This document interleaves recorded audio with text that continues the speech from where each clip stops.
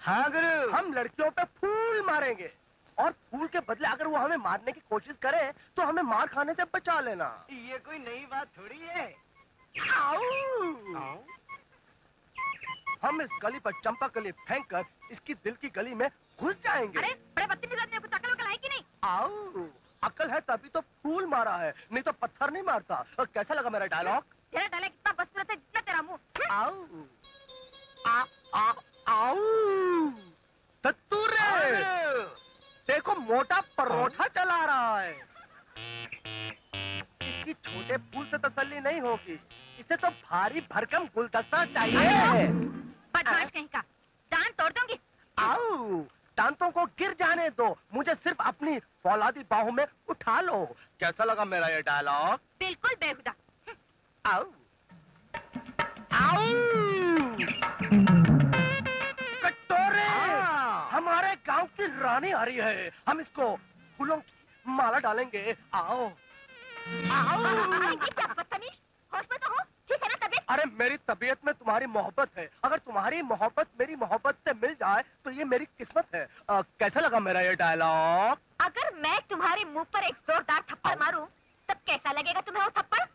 आओ, घमंडी लड़की, तुमने कामेश का अपमान किया है, अब देख मैं इस अपमान का तुमसे किस तरह से बदला लेता हूँ। क्या करेगा? तेरा गाँव आना, रघुवीर चाचा से कहकर इतनी पिटाई कराऊंगी कि साल भर टूटी हुई हड्डियां लेकर हॉस्पिटल में पड़ा रहेगा। इसीलिए मैं तुम पर हमला नहीं करूंगा। मेरा चेला कालू कलंक कलकत्ते वाला कसाई है, वो तुम पर हमला करेगा, वो तुम्हारे शरीर के छोटे छोटे टुकड़े बनाएगा और मैं उसे भून भून कर आओ खाऊंगा। ऐसा? हाँ। वो बाद में देखा जाएगा, फिलहाल तुम अपनी खैर मनाओ।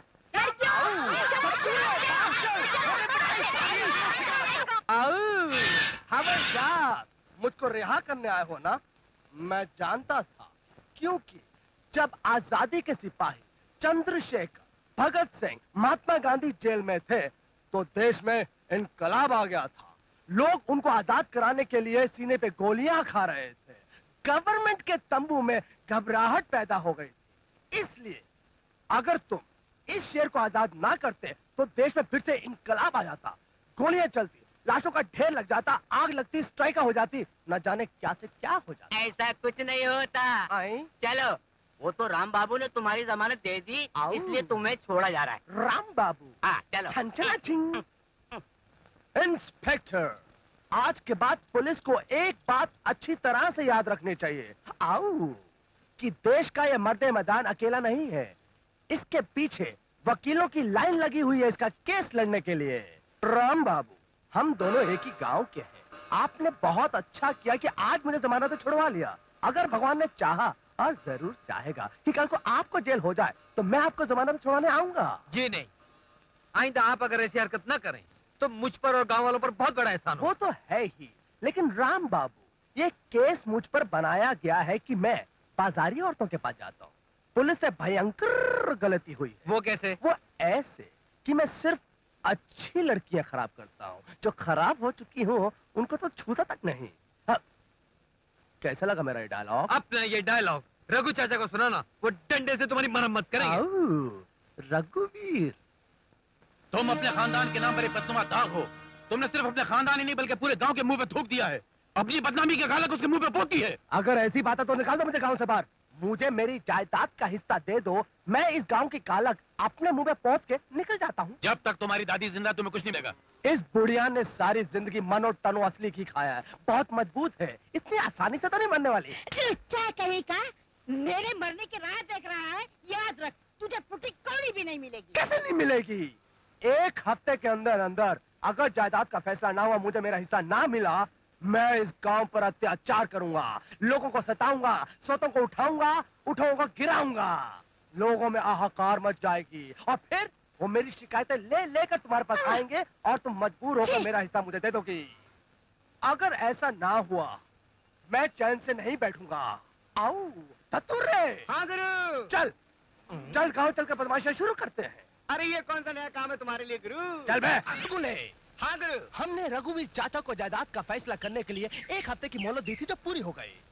जब तक पाप की उंगली को टेढ़ी करके शराफत के डब्बे में ना डाला जाए तो घी बाहर निकलता ही नहीं ना अब हम अपनी कार्रवाई जलजले की तरह शुरू करते हैं और सारे गांव को बर्बादी के सैलाब में डुबो देते हैं। वो कैसे? जैसे पुरानों में राक्षस किया करते थे। वो क्या किया करते थे? राह चलते हुए ब्राह्मणों का जीना हराम कर देते थे, पाप की देवी को शरीफ इंसानों के खून से नहलाया करते थे, जवान और कुंवारी लड़कियों की इज्जत लूट लिया करते थे। क्या मतलब? मतलब बलात्कार, रेप। आओ, गांव की कोई कुंवारी लड़की न बच न पाए। आओ, वो देखो, जिंग जिंग चमेली आ रही है। अब मैं इसकी जवानी कैसे लूटता हूँ। ठहरो, मेरी झिंग झिंग चमेली, मैं तुम्हारे साथ बलात्कार करूंगा। बलात्कार? ये कौन सी कार होती बाबूजी? कार नहीं, मैं तुम्हें अपनी बाहों में मजबूती के साथ पकड़ूंगा, तुम्हें प्यार करूंगा, तुम्हारी जवानी को लूट लूंगा, तुम्हारे नरम नरम होठों को चूस लूंगा, तुम्हारी आंखों में डूब जाऊंगा। सच? आओ, मेरे ऐसे भाग्य कहाँ? तुम तो ऐसे खुश हो रही हो जैसे मैं तुम्हें सम्मान दे रहा हूँ। अरे बेवकूफ लड़की, मैं तुमको बर्बाद कर दूंगा, तुम्हारी इज्जत को लूट लूंगा। हाय, तो लूटो ना। मैं तो मुद्दत से इस दिन का इंतजार कर रही थी। मेरी आंखें तो कब से तुम पे लगी हुई थी। चल उधर चलते हैं, वहाँ कोई नहीं आएगा। लगता है ये लड़की को समझी नहीं है। अरे मैं सब समझ गई हूँ और अब तुझे भी समझाऊंगी। अरे मेरे राजा, आजा, आजा, मैं तुझे छोड़ूंगी नहीं। ऐसी बात मारूंगी, अरे रुक जा, अरे रुक जा, मैं तुझे छोड़ूंगी नहीं। छोड़ दे, अरे तुम अरे रुक जा, रघुवीर जी, मैं रात को खटिया पर सो रहा था, इस कामेश ने टांग पकड़कर मुझे खटिया से गिरा दिया। वो मवाली मैं ही हूँ। चाचा जी, इसने मेरे दोनों बच्चों को दरिया के बहाव में ढकेल दिया। वो बहादुर भी मैं ही हूँ। इसने मेरे घर का सारा दूध पी लिया और दही खा लिया। वो कृष्ण भगवान का अवतार भी मैं ही हूँ। ये सुबह शाम लड़कियों के साथ छेड़खानी करता है। यहाँ की सब लड़कियाँ गोपियाँ हैं और मैं उनका कन्हैया हूँ। कुछ कीजिए रघुवीर जी, वरना सारे गांव का सत्यानाश हो जाएगा। आओ! अबे ओ शैतान को शर्माने वाले खबीस, ये सारी हरकतें तूने कहाँ से सीखी है? ये तो सब छोटे छोटे नमूने थे। अगर अब भी तुमने मुझे मेरा हिस्सा नहीं दिया तो मैं इस गांव की वो हालत करूंगा कि दुनिया के नक्शे से इसका नामो निशान मिट जाएगा। शैतान और चुड़ैल भी इधर से गुजरते हुए घबराएंगे। दादी, जल्दी से जायदाद का बंटवारा कर दे और मेरा हिस्सा मुझे दे दे। अरे चुप रह रघुवीर, इसका दादा इतना इज्जत वाला था कि गांव के लोग उनकी पूजा करते थे और ये नालायक ऐसा है कि उनकी सारी इज्जत धूल में मिला के रख दी। ऐसा करो, जायदाद बेच दो, इसका हिस्सा दे दो। मैं कैसे में गुजारा कर लूंगी?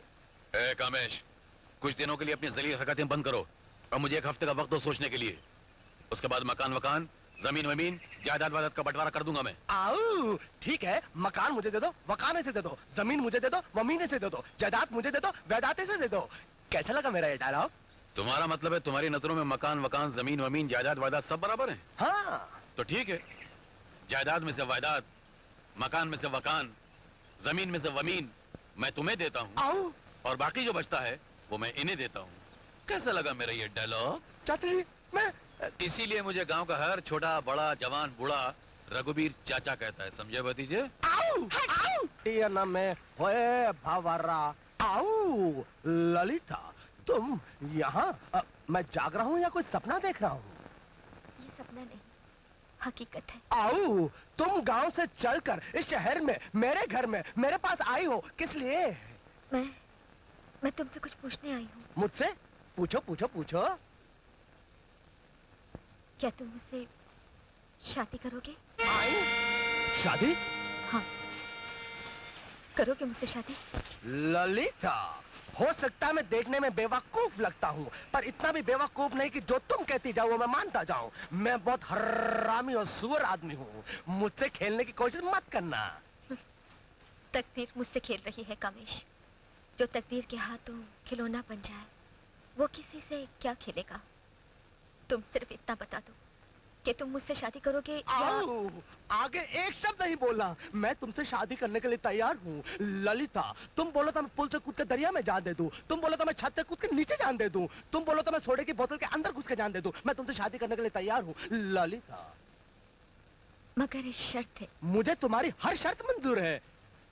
पहले सुन लो कामेश, मैं तुमसे तुम्हारे गुजरे हुए कल के बारे में कुछ नहीं पूछूंगी और ना ही तुम मुझसे मेरे गुजरे हुए कल के बारे में कुछ पूछोगे? आओ, मुझे सिर्फ फूल की खुशबू से मतलब है। फूल लगाया किसने, उससे पानी किसने दिया, उसका मालिक कौन है, उससे मुझे कोई मतलब नहीं। ललिता, मुझे सिर्फ तुम्हारे आने वाले कल की परवाह है। जो गुजर गया उसकी नहीं।